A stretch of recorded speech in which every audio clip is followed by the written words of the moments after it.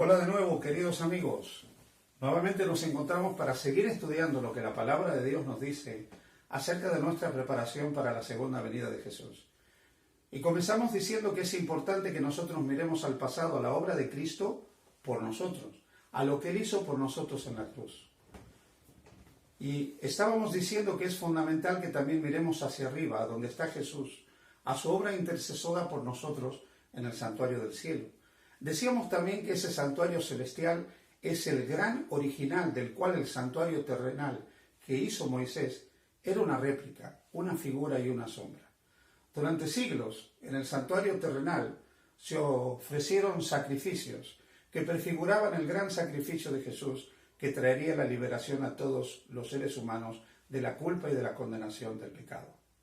El Evangelio de Juan, en el capítulo 1, versículo 29, nos dice lo siguiente: al siguiente día vio Juan a Jesús que venía a él y dijo: he aquí el Cordero de Dios que quita el pecado del mundo. Versículos 35 y 36.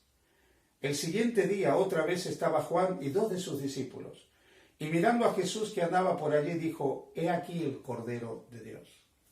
Te puedes preguntar por qué Juan dijo: he ahí el Cordero de Dios que quita el pecado del mundo. Pues bien, Juan estaba perfectamente familiarizado con el sistema de sacrificios que había en el santuario terrenal. Juan conocía todas las festividades y los ritos propios del pueblo de Israel. Sabía que cada año en la festividad de la Pascua se sacrificaba un cordero que tenía que ser sin mancha, sin defecto, que recordaba aquel cordero que había muerto para la Pascua cuando el pueblo de Israel fue liberado de la muerte, estando cautivos en Egipto. Juan sabía que ese cordero y todas las víctimas que se ofrecían en el santuario terrenal no eran sino un símbolo del verdadero Cordero de Dios que tendría que venir a quitar el pecado del mundo. Juan sabía que todo eso prefiguraba la aparición del libertador, la aparición del Mesías. Y cuando él contempló a Jesús, se dio cuenta que Jesús era el Mesías. Dios le reveló que delante de él estaba el cumplimiento de todo ese sistema de ritos, de ofrendas, de sacrificios. Y en Jesús vio al Cordero de Dios que venía a quitar el pecado del mundo. Ese Cordero que también fue mencionado en el libro del profeta Isaías, cuando en el capítulo 53, hablando de la obra expiatoria del Mesías, dice que como Cordero fue llevado al matadero. Y es que todas esas ceremonias que se daban en el santuario terrenal durante el tiempo del Antiguo Testamento simplemente prefiguraban la obra maravillosa de Jesús.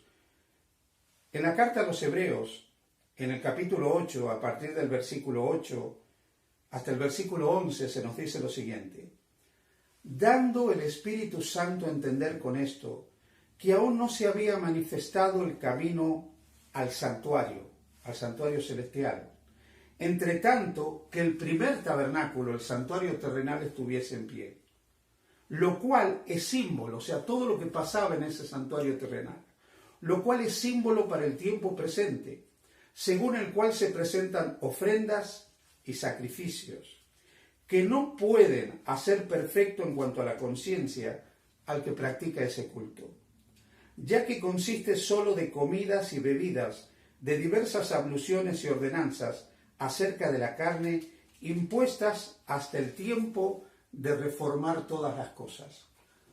Todas esas ordenanzas, con sus sacrificios, con sus ritos, todo era temporal. Simplemente era temporal. Iba a permanecer hasta el momento en que el verdadero Cordero viniera a dar su vida por nosotros.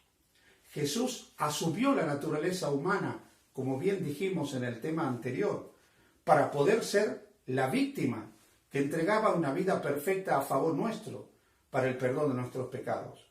Pero también, como dijimos, para poder transformarse en nuestro sumo sacerdote, en ese sacerdote que en los cielos está preparando lugar para cada uno de nosotros. Por eso Hebreos capítulo 9 y versículo 11 continúa diciendo: pero estando ya presente Cristo, sumo sacerdote de los bienes venideros, por el más amplio y más perfecto tabernáculo, no hecho de mano, es decir, no de esta creación, y añade, y no por la sangre de machos cabríos ni de becerros, sino por su propia sangre, entró una vez para siempre en el santuario del cielo, habiendo obtenido eterna redención. Sí, queridos amigos, Jesús ofreció un solo sacrificio por el pecado. Durante siglos hicieron falta miles y miles de sacrificios que eran un símbolo, simplemente un símbolo, del único y absoluto y suficiente sacrificio por el pecado, que sería el sacrificio de Cristo a favor de la humanidad. Una vez que ese sacrificio fue efectuado, Jesús entró una vez para siempre en el santuario para ser nuestro sumo sacerdote.